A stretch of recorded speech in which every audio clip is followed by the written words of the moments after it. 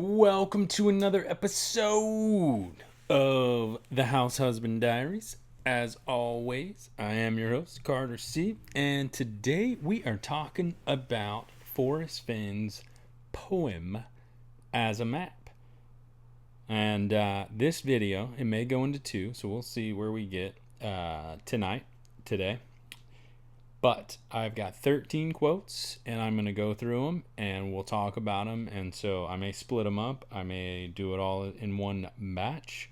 But we're talking about the poem as a map, Fenn as an architect, and we'll just see where we get. So, and then as I finish this up, I'm gonna do a video on the kind of a backstory, potential backstory, that kind of thing, and then we're gonna get into secondary analysis. So we'll have 2 or 3 more videos, and then we're gonna get into that secondary analysis. So we're gonna be looking at the last 3 or 4 months of Fenn videos, the theme videos, the keyword videos. There's like 40 of them or something. We're gonna try to distill those down and see if there's any kind of recurring theme or recurring keywords or things that just pop up over and over. So stay tuned. We'll see. If you haven't already subscribe to the channel. I get that you may not agree with me on some things. For quarantine purposes, I've kind of moved away from some of my non-Forrest Fenn content, but I'm going to be bringing that back here shortly in May as things begin to open up.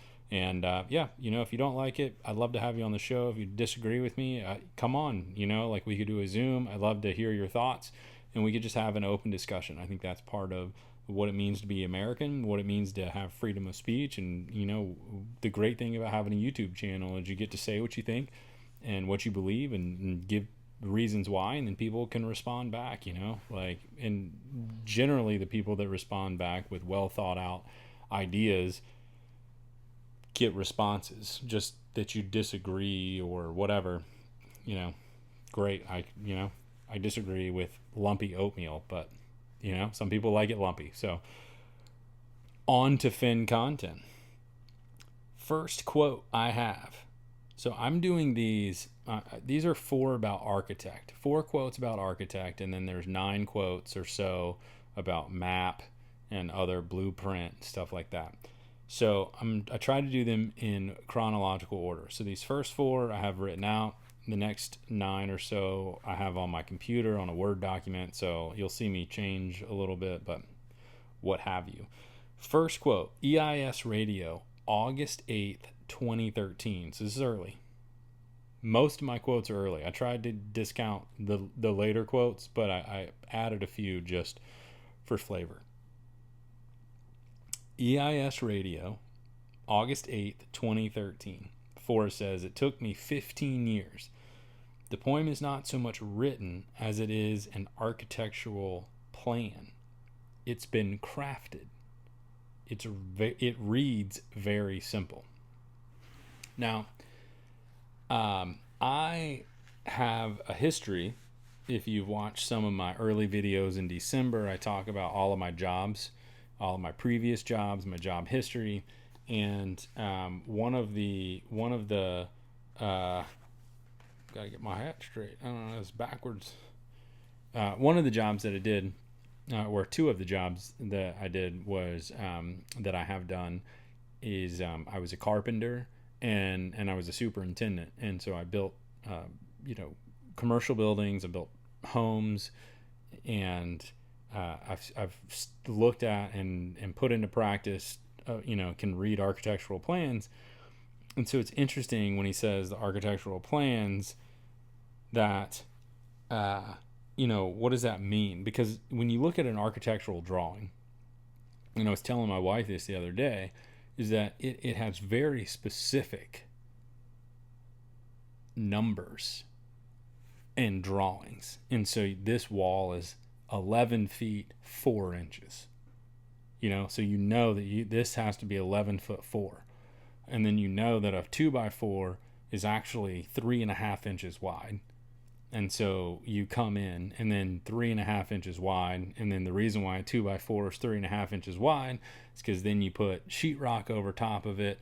You got 1/4 inch sheetrock, you got 3/8 inch sheetrock, and then you got the mud and the paint, and then you've got your, anyway, so it just, architectural drawings are very detailed. They're not ho-hum. And so for him to say that it's like an architectural plan means that there's probably a lot of substance there and a framework, and there's some sort of drawing. So you should probably be able to kind of draw a line from one clue to the next in real life. And that's another reason for me why I think that the search area is very small. Beginning where warm water salt to, if you've been wise and found the blaze, is probably within 500 to 1,000 feet, because I think you can visually see one clue to the next clue. I don't think there's a 10-mile drive or a 50-mile drive or any large area to search, because I don't think it would be much of an architectural plan if it required the searcher to do a massive amount of ground coverage within the 9 clues, if that makes sense. Okay. Second quote, Collected Works Bookstore, October 23rd, 2013. Forrest says, "It took me 15 years, the poem. I changed it so many times, and I've said before that I didn't write that poem. It was written by an architect. Each word is deliberate." And my point with this one, and it follows up with the last one, is that it was written by an architect. Each word is deliberate. What does that mean for the words in stanzas 1, 5, and 6? We'll get there. I do not know that those are stanzas that have clues, but they may have they may set the stage, if that makes any sense. And when you think 15 years, I talked to Candy about this. I think K-Pro has talked about it. Other people have talked about it. If he got cancer in 88, did he start writing the poem in 88? If so, the poem would have been done in 03. And he says he didn't hide the treasure until 09 or 10. So there's a gap of 6 or 7 years that's not really accounted for. And I think it's interesting. So anyway, let's go on. Right, third quote I have from November 2nd, 2013, Moby Dickens. So these first 3 are all within 3 months of each other in 2013, pretty early on. Forrest says, "So it was 15 years from the time that I got cancer until the time that I hid the treasure chest. 15 years. Well, he got cancer in 88, so that means he hid the treasure in 03. Not 9 or 10. I know this has been covered, but I'm covering it for the first time because it may or may not matter. It's interesting. He said 15 years for the poem, 15 years, but, he hid the treasure. Like, what? I mean, maybe he messed up. I don't know. I want to have some people, I wanted to have this discussion. Maybe we come up with something new. Maybe we don't. So it was 15 years from the time that I got cancer until the time that I hid the treasure chest. 15 years. And the poem in my book is something that I changed over and over again. When you read the poem, it looks like just simple words there. But I guarantee you I worked on that thing. I felt like an architect drawing that poem. So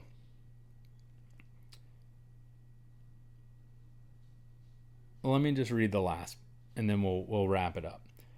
Fourth one, On the Road with Charlie, Part 1, May 8th, 2017. So we jump ahead about 4 years. And I've said before, Forrest says, and I've said before that poem was really written by an architect. Every word is placed in there strategically, and you can't ignore any of the nouns in that poem. So now he said, don't ignore any of the nouns, right? So I think this is just going to be a shorter video just about these 4 quotes. And then I'll do the last video about with the other 9 about the poem being a map. And the reason why is I really want this video to stand alone because I want to think pretty in-depthly about what it means to be an architect and what it means to draw a poem, right? We don't really think of an architect as drawing plans for 10 miles long or 50 miles long. You think of an architect as building something that is contained, like a park or a building, right? So we don't really think about an architect having anything to do with with these massive distances, not far but too far to walk. And that's where I've posited that not far but too far to walk is a wonderful example of a place where maybe imagination could be used, in that you're not walking there. You have to climb over a fence or through, or you have to slide down a little slide, or he tripped through a fence or something like that. So, I just want to end this, make this a short video, and just kind of say, hey, what does it mean? What do you think it means when Forrest says he was an architect? I think it really means he drew something to where you can see every clue, every place on the map when you're there. You should be able, not, you can't see all 9 from where warm water's hot, but as you follow it, you should be able to see the next clue and the next clue and the next clue, and it should take you to where you are, because an architectural plan is very detailed and it doesn't give you any chance to go awry. It tells you every step of the way what you need to do. So let me know what you think about that idea. And I'd love to hear from you. Put it in the comments, like, subscribe, hit that little subscribe button, do whatever, like, and comment. You can email me, carter@hhdiaries.com. Hope to hear from you. Hope you all are having a great day. Quarantine is almost over. Love you all, and we'll talk to you soon. Thanks so much for watching.